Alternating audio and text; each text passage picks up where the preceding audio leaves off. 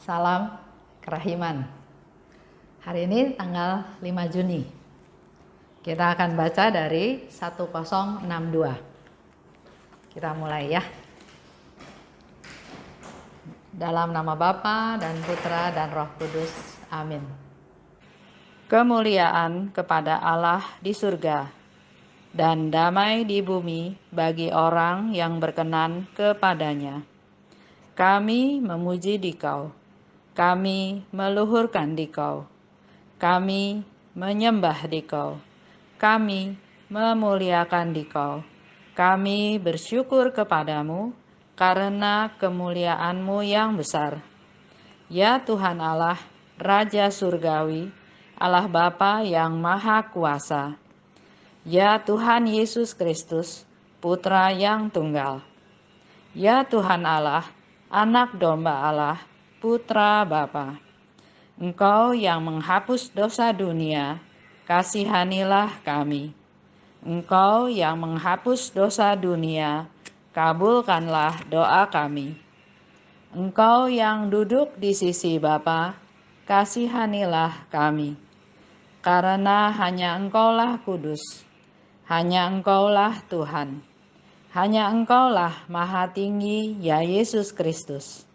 Bersama dengan Roh Kudus dalam kemuliaan Allah Bapa. Dalam nama Bapa dan Putra dan Roh Kudus. Amin. Kita siapkan bukunya 1062. Aku melakukan 1 jam adorasi untuk mensyukuri rahmat yang telah diberikan kepadaku dan untuk mensyukuri penyakitku. Penyakit juga merupakan suatu rahmat yang besar. Sudah 4 bulan aku sakit, tetapi aku tidak merasa telah menyia-nyiakan waktu 1 detik pun. Segala sesuatu bagi Allah dan bagi jiwa-jiwa. Aku ingin setia kepadanya dimanapun juga. Dalam adorasi ini, aku menyadari cinta dan kebaikan yang luar biasa yang telah dilimpahkan Yesus atas diriku. Aku juga menyadari perlindungan yang telah Ia berikan kepadaku terhadap segala yang jahat. Aku sungguh bersyukur kepadamu, ya Yesus, sebab di tengah kesepianku Engkau telah mengunjungi aku.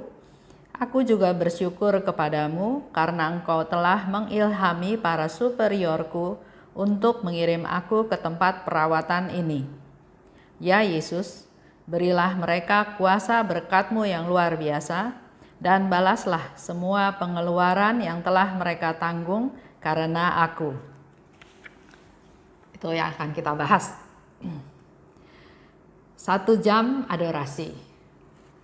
Buat kita mungkin awam, ada yang bisa adorasi 1 jam, ada yang mungkin 5 menit, ada yang 10 menit. Itu tergantung dari kita masing-masing.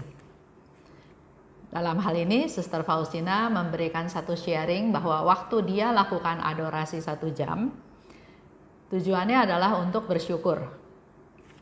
Kita juga sering ya datang ke ruang adorasi, kita berdoa, kita mohon rahmat Tuhan, kita bersyukur atas segala hal yang Tuhan lakukan dalam hidup kita. Bisa juga datang ke ruang adorasi untuk minta kekuatan, untuk merasakan kehadiran Tuhan, untuk hening. Banyak hal yang dilakukan. Ada yang juga datang ke ruang adorasi, berdoa sebentar, kemudian dia baca Alkitab. Lebih husuk, lebih hening, mungkin lebih dapat pencerahan. Ada yang berdoa rosario, dan di ruang adorasi juga macam-macam. Ada yang duduk, ada yang berlutut, ada yang bersila, macam-macam ya. Tapi mari kita sebagai orang beriman perlu memanfaatkan juga saat-saat adorasi, saat-saat kita menyembah Tuhan dalam sakramen Maha Kudus. Suster Faustina dalam hal ini bersyukur atas rahmat yang diberikan. Banyak rahmat yang diberikan ya, dan juga atas penyakitku. Kalau kita datang ke ruang adorasi, pertanyaannya kita bersyukur atas penyakit atau malah, sorry Tuhan, saya nggak ke adorasi karena saya sedang sakit. Ini bisa menjadi refleksi juga. Di sana Suster Faustina bilang bahwa dia 4 bulan sakit. Penyakit juga merupakan rahmat yang besar. Rahmat Tuhan itu ada yang anggap kecil, ada yang anggap besar, tergantung kita. Ada yang itu menjadi suatu rahmat, ada yang itu bukan rahmat, itu juga tergantung daripada kita. Ya. Di sini kita mau menggali, mau belajar, sebetulnya apapun yang terjadi, yang Tuhan izinkan terjadi, itu adalah rahmat. Jadi bukan hal yang menyenangkan, hal yang menghebohkan, naik pangkat, naik gaji, dapat banyak teman, dan lain-lain. Penyakit pun adalah rahmat. Ini hanya bisa dipahami kalau kita gali. Kenapa ya? Kok penyakit dianggap sebagai rahmat? Bahkan Suster Faustina bilang rahmat yang besar. Semua sakit penyakit itu oleh Suster Faustina bukan dirasakan sendiri, bukan dikeluhkan, tapi dikembalikan kepada Tuhan sebagai persembahan. Tuhan, kalau saya harus sakit, saya terima sakit ini. Mohon kekuatan, mohon perlindungan, mohon pemeliharaan supaya kuat jalanin sakit ini. Dan selama dia sakit 4 bulan, dia katakan tidak ada waktu yang sia-sia, sedikit pun enggak sia-sia. Karena waktu dia sakit di rumah sakit selama 4 bulan, dia pakai waktu itu untuk dipersembahkan kepada Tuhan dan untuk berdoa buat jiwa-jiwa. Coba kita refleksi ke diri kita ya, ke diri kita atau orang yang kita kunjungi di rumah sakit, apa yang mereka biasa lakukan? Nonton TV, tunggu yang besuk datang cuma 1 jam 1 hari ya, atau mungkin 2 jam 1 hari, siang dan sore. Setelah itu apa? Langsung ngebayangin makanan rumah sakit yang gak enak, sepi, gak ada yang temenin, kok saudara-saudara gak datang, kok orang tua saya gak datang, kok anak saya gak datang. Nah, kalau diisi dengan hal-hal seperti itu, otomatis hidup kita jadi rasanya tidak menyenangkan. Khususnya buat Bapak Ibu yang barangkali sekarang sedang sakit. Apakah sakit di rumah? Apakah sakit di rumah sakit? Ayo belajar dari Suster Faustina. Bersyukur atas penyakit yang diberikan. Dan persembahkan waktu-waktu itu untuk Allah, untuk jiwa-jiwa. Kita bisa berdoa, kita ambil rosario. Kita berdoa, peristiwa demi peristiwa kita berdoa. Atau doa koronka. Atau kita baca, kalau nggak bisa doa spontan, baca dari puji syukur. Di sana banyak sekali contoh-contoh bagaimana berdoa. Berdoa untuk kerukunan dalam keluarga, berdoa untuk anak yang mau ujian, berdoa untuk mohon pengampunan, berdoa mohon kekuatan, kesetiaan. Banyak. Silahkan buka buku puji syukur. Contoh ya, kalau saya dulu aktif juga di persekutuan doa. Dan kadang-kadang dapat tugas jadi MC. Siang, kalau sorenya atau malamnya mau tugas jadi MC, itu kepala sakit. Ada rasanya, aduh mundur lah, nggak mungkin lah saya bisa jadi MC. Tapi ada satu dorongan, enggak. Si jahat nggak suka saya lakukan itu. Oleh sebab itu saya harus lawan. Terus sakit kepalanya terus. Sampai mau tampil pun masih sakit kepala. Tapi begitu pegang mic, begitu puji Tuhan, penyakitnya hilang. Yang ada setelah itu adalah sukacita. Sukacita. Ya, jadi jangan kalah sama penyakit. Jangan nyerah. Kalau kita punya keinginan, punya tugas, lakukan. Nanti Tuhan yang beresin, Tuhan yang buka jalan. Untuk kita yang sedang sakit atau sudah sembuh, ini juga menjadi satu pelajaran. Sakit itu nggak enak. Kita jadi nggak leluasa, jadi nggak bisa ini, nggak bisa itu, belum badan kita juga jadi sakit. Tapi melalui proses sakit, kita sembuh dan kita bisa bersyukur bahwa saya sekarang sembuh, saya harus melakukan sesuatu supaya jangan sakit lagi. Apakah rubah pola makan, apakah rubah pola tidur, pola istirahat, pola pikiran. Ayo belajar dari segala sesuatu supaya kita jangan masuk lagi. Khususnya ya buat teman-teman barangkali di dalam komunitas juga ada yang masuk ke Wisma Atlet karena positif corona. Syukuri. Dan saya dengar sharing dari dia, Bu Esther, saya sekarang lebih rajin berdoa rosario, berdoa koronka, jalan salib, jam kerahiman, novena 3 Salam Maria, dan banyak doa-doa lain. Makin mendekatkan diri pada Tuhan, makin berserah, makin bersyukur.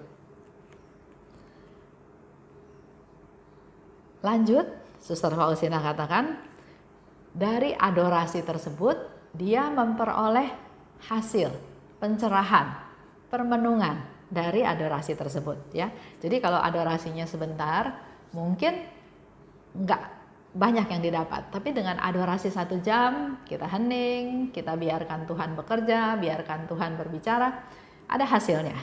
Dan dikatakan 1, aku sadar akan cinta dan kebaikan yang dilimpahkan oleh Yesus. Di dalam hening tersebut, di dalam adorasi tersebut, kita akhirnya menjadi sadar akan cinta dan kebaikan Yesus kepada kita.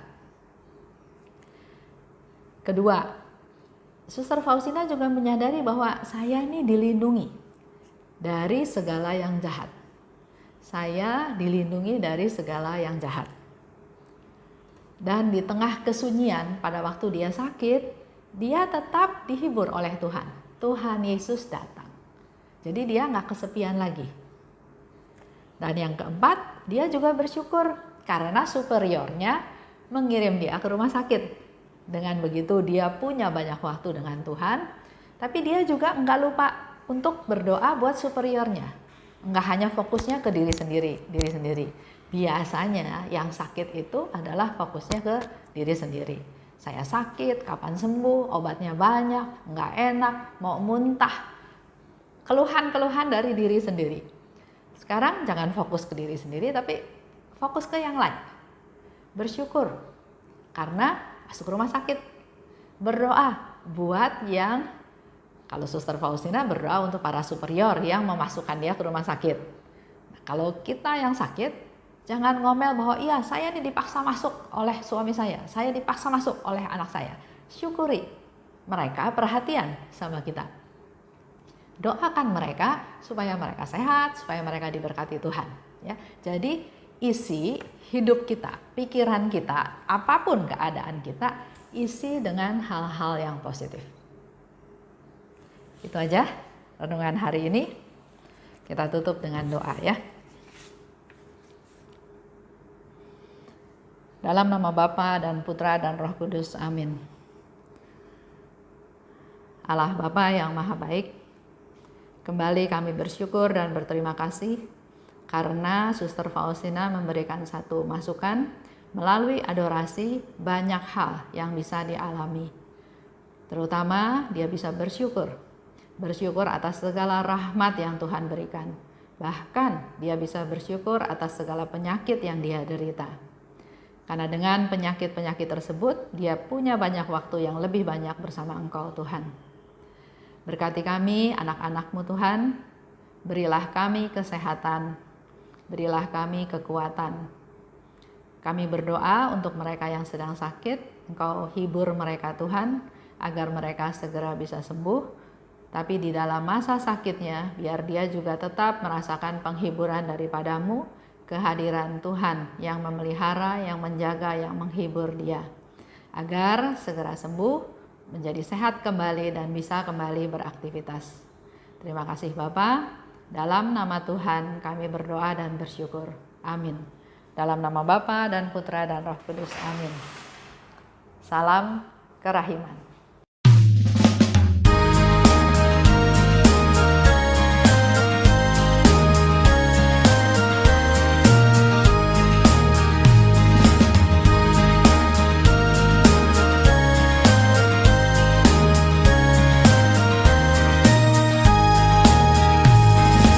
Berbahagialah jiwa yang menyerukan kerahiman Tuhan. Jiwa itu akan dibela oleh Tuhan sebagai kemuliaan-Nya.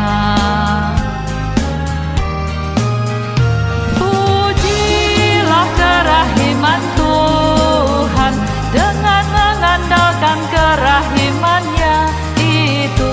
Pujilah kerahiman Tuhan sepanjang hidupmu.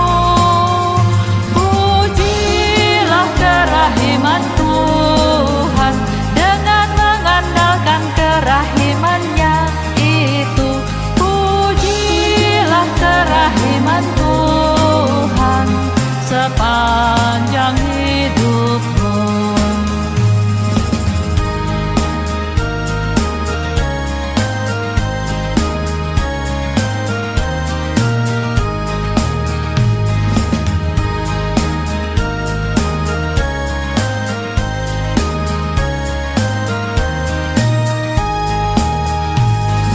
Berbahagialah jiwa yang menyerukan kerahiman Tuhan.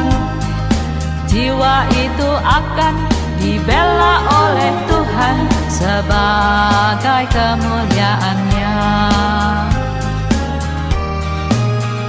Pujilah kerahiman Tuhan dengan mengandalkan kerahiman-Nya itu.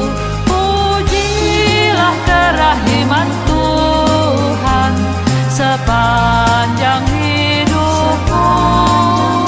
Pujilah kerahiman Tuhan dengan mengandalkan kerahiman-Nya itu. Pujilah kerahiman Tuhan sepanjang hidupmu. Pujilah kerahiman Tuhan dengan mengandalkan kerahiman-Nya itu. Pujilah kerahiman Tuhan sepanjang hidupmu. Pujilah kerahiman Tuhan dengan mengandalkan kerahiman-Nya itu.